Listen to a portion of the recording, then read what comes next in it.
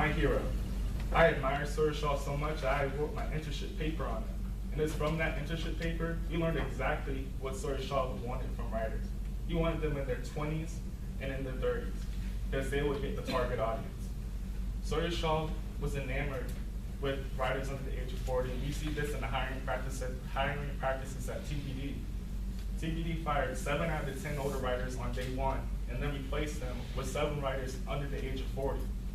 There is not one writer currently at TBD that is over the age of 40 and is 100% younger people.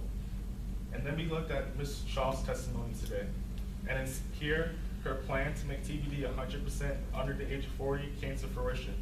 We heard Ms. Shaw tell you on the stand today that the stars aligned when Landon Green landed on her desk wanting a job at TBD. She said that it was a match made in heaven that Landon Green, a writer half Riley's age and not having any of the experience that she did, to get to replace Riley with Landon Green. We saw an email today from Ainsley Mays that Sawyer Shaw contacted this lawyer, and the title is that winter is finally over. It was Sawyer Shaw's plan from day 1 to make sure Riley would not have a place at TBD. He said that everybody is in on the cover story, and that we should all go out and drinks and celebrate the end of Riley Winter's career. This is the mindset Sawyer Shaw had towards Riley Winter, and is why Riley was fired because of her age, because regardless of her age, she would still be working at TBD today. Now, chapter 6 is an unknown ending, and that ending belongs to you. In order for Ms. Winter to get the help she needs to cure her PTSD, we're asking for $1 million in damages so that Ms. Winter can get the treatment she needs and she can move on from this horrible chapter in her life. Which is why we're asking that you find TBD liable for age discrimination and award Ms. Winter damages. Thank you. Your Honor, before I begin, permission to approach and introduce evidence.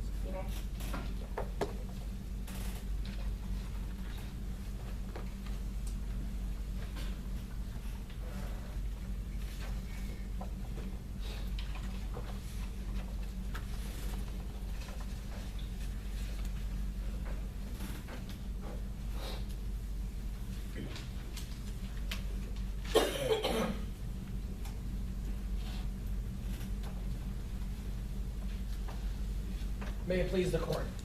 Your Honor, opposing counsel, members of the jury, overpaid and underperforming. For 2 years under Sawyer Shaw's leadership, Riley Winter was paid $200,000 a year to be the lead writer. $200,000 a year to set an example, to set the standard, to lead. But after 2 years, she was doing the exact opposite of that. She was overpaid and underperforming. Now, Mr. Williams just stood before you and he told you a story. Broke it down by chapter. Told you a story of an ageist CEO who just wanted to fire all the old people. But you see, in a court of law, stories aren't good enough. In fact, the law protects people against stories like these by making the plaintiff prove their story true with facts, with evidence. The law calls this the burden of proof. And the plaintiff had to prove their story by preponderance of the evidence, the greater weight of the evidence. Now, what does this mean? It means that when you're in that deliberation room, the plaintiff's story just doesn't add up. When all the facts you read points to one conclusion, that Riley Winter was overpaid and underperforming, you must find TBD not liable. Now, as the defense, we don't have a burden. Never have, never will. We didn't have to prove a single fact. We didn't have to call a single witness. We did so anyway. We called 3 witnesses and proved 3 key facts. 3 facts that show you that Riley Winter was overpaid and underperforming. We'll take those one at a time. Fact number 1, Riley Winter was underperforming. And the plaintiff wants you to believe that Riley Winter was this model employee who was so good at her job, she had to have been fired because of her age. What did you hear today in court? First, the plaintiff calls you Austin Perez, who was Riley Winter's editor-in-chief. And despite testifying for the plaintiff, Austin Perez said, and I quote, "Riley Winter struggled after Sawyer Shaw took over. It wasn't her writing style." You see, when the plaintiff couldn't find any better witness than one who told you Riley Winter was underperforming, you know she was. But don't just take Austin Price's word for it. We saw web traffic data, statistics. We learned that TBD evaluates their riders on a number of categories: articles, clicks, and shares. Now this is data. And what did that data tell you? Despite being the lead writer, the highest paid writer, Riley Winter wasn't leading a single category of those. She wasn't number one in any of them. It's pretty simple, members of the jury. You can't get paid the most to not do the most. You can't be the lead writer when you're not leading a single category. It doesn't work that way. But it wasn't just Riley Winter's own performance that suffered. She harmed the workplace. You heard from the TBD intern Kirby Doolittle, who told you about these writer circles. It's supposed to be a nice, friendly group where they discuss ideas. What would happen when someone pitches an idea Riley Winter didn't like? She'd mock it. She would call the idea lowest common denominator, infantile, sophomoric. Now, making fun of your coworkers. Does that sound like a leader? No. And it didn't just stop there. You heard from Sky Martin, the head of HR, that there was a mandatory social media seminar. Social media that Riley Winter told us today in court was super important. So what did Riley Winter do?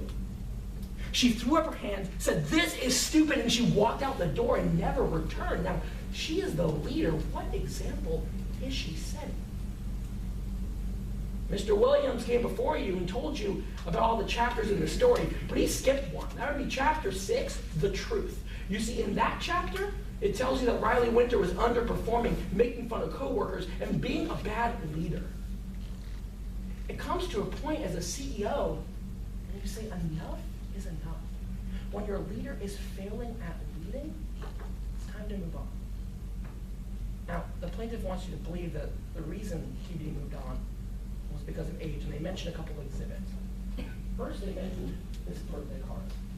They told you that because of the dinosaur on the cover, this must be age discrimination. But Kirby Doolittle bought the birthday card. He told you why he bought it. And I wrote it down. I want to make sure I get it absolutely accurate. He said, we were told to get everybody a dinosaur card because Dino World is across the street. Members of the jury, they got it for everybody. This isn't age discrimination, it's equality. When they're giving the same card to every single person, they can't possibly be discriminating. What about this other email? Age is an embarrassment. Mr. Williams liked to say that a number of times, thinking it'll ring true in your head, but you'll be able to look at this email in the deliberation room. And I want you to look for a few key words. Old, people, Riley, or Winter. I'll give you a spoiler. You're not going to find any of those words in this email. It's because this email has nothing to do with people. It's talking about a corporation that was failing before Ms. Shaw took over. Of course she doesn't want to celebrate the past when they were bad and losing money. It's good business. It's not age discrimination. There are a number of reasons Riley Winter was fired. She was overpaid and underperforming, and another reason. Fact number 2, Ms. Shaw found a better lead writer. You heard about Landon Green. You heard Landon Green's credentials. Dartmouth grad, cover of Rolling Stone. You also heard his demands. Miss Green wanted to be the only lead writer, make $180,000 a year. Miss Winter said, if I'm not a senior writer, I'm no writer. So Ms. Shaw had to make a decision. And she chose Landon Green. Now, she didn't choose Landon Green by random. She didn't flip a coin. She didn't do eeny, meeny, miny, mo, which one will be my lead writer. No, she walked you through her process. Members of the jury, what was she even comparing? Landon Green costs the company $20,000 less every year. Riley Winter walks out of meetings. Landon Green is a Dartmouth grad. Riley Winter makes fun of her co-workers. There was no decision to be made. Landon Green was just a better lead writer. And that brings us to fact number 3. Riley Winter never looked for another job. Now, the plaintiff wants more than just a verdict today. They want a payday.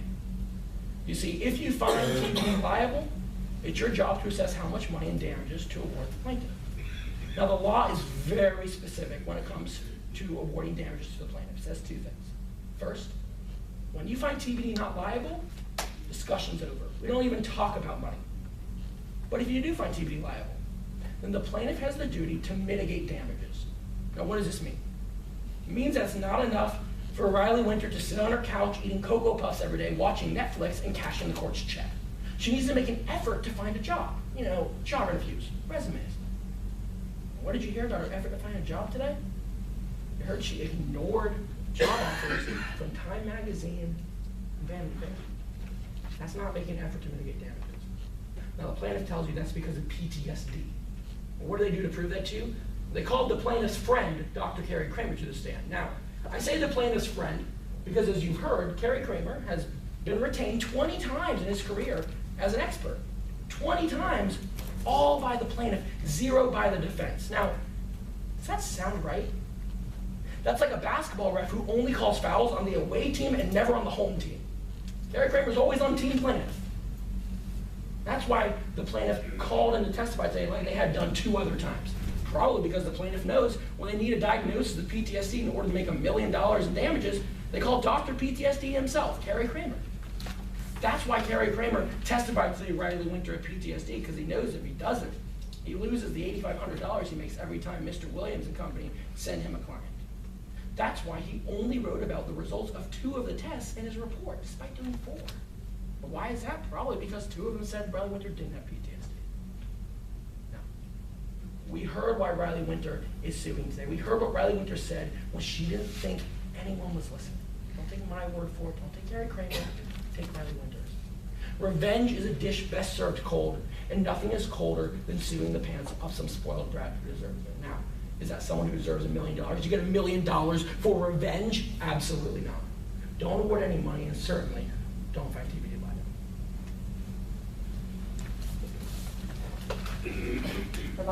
Yes, Your Honor. May I inquire as to how much time I have left? 1 minute and 10 seconds. Mr. Court, opposing counsel just told you one thing, that they didn't have to prove anything to you. And that's exactly what they did. They didn't prove anything to you here today. They said that Riley was required to be a leader.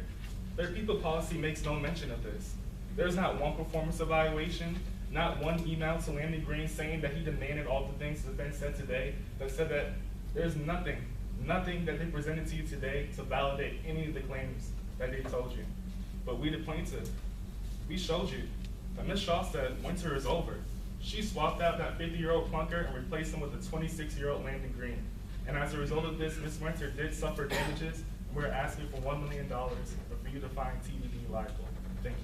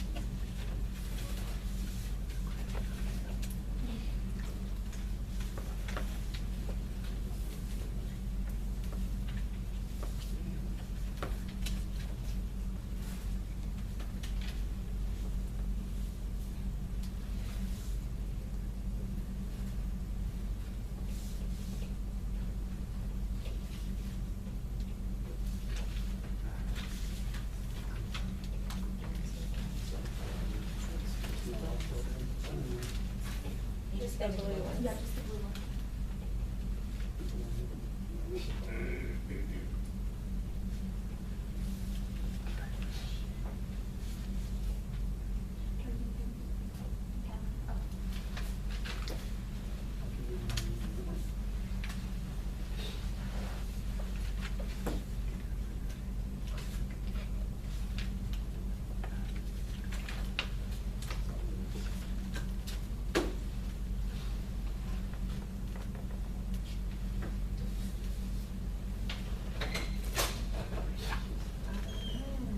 And now you guys can breathe. I know, really. Well, I just need to do introductions real quick. My name is Tiffany Colbert. I'm a practicing criminal defense attorney. I've been practicing for 5 years. I went to UCF for undergrad. I did AMSA for 2 years. Did not those nationals both years. I actually did get one time the illustrious perfect rankings for a witness and a best attorney in the same Canada. So I've been where you are, literally. And then I was tested for law school, so I will tell you that it's a lot more fun being on this side of the table than that one. You guys overall did a good job, and I know that everybody has comments. Just remember that what everybody says, you know, is all subjective. Take it with a grain of salt, listen to your coaches, but there may be some things you keep hearing on just kind of to account for. Well, once again, I'm Lavader Massey Banks. I'm a 3L, graduate in 90 days. I went to Alabama State University for my undergrad. I go to FAMU College of Law. I did not do trial practice in law school. I did moot court. I participated in the largest moot court competition in the country. And yeah, that's me. Okay, Bob Narson, I teach at FAMU. I've practiced law, I hate to say this, for 18 years. About 12 to 14 of it has been in criminal defense work. I was a public defender, and then I worked in some private criminal defense firms. Now I teach in a law school. I run a clinic. I teach trial practice. I coach. I run the trial team, mock trial team program, and I really enjoy that part of it. And she's right, it's much more fun sitting up here than where you all are sitting. I mean, students go crazy, I understand that, but great experience, take advantage of it. A show of hands, how many want to go to law school? I enjoy it. All right, that's fine. Go ahead. I have some, I don't really have that much. Go ahead. You start. Okay. I'll look at mine. I thought you guys both did a really good job with themes. Themes are always my favorite. I still use themes even now. They can be a lot of fun. The one thing that I did notice, which actually they took advantage of, was you have to be careful at how your theme can be flipped. Like books and the chapters, like the missing chapter, the missing pages, there's all kinds of things that can be taken and twisted. And then whenever you're talking about facts, just be careful in opening that you say things like the evidence will show, instead of just making generic statements, because they kind of gets borderline to argument. But that was what I have for openings. And then for the first direct, I think it could have been more conversational, because there was a little bit, it was a little stiff. It was a little stiff, it could have been more conversational. One of the other quotes that I wrote down that I thought the defense could have incorporated, especially given their theme, was at one point she said, if you don't get something quickly, go somewhere else, which would have been brilliant if you had used that, because that was, you know, we get flustered as witnesses sometimes, and so you say things, and then it's like, oh my God, why did I say that? And I have war stories I can tell about my teammates doing that. So you just gotta watch out for that. The one thing I thought was kind of interesting was the objection to keep out the report. I know that the report talks about the performance, and I wasn't sure why you did that. I mean, obviously strategy, but it's for that one. Okay, for the expert, I think that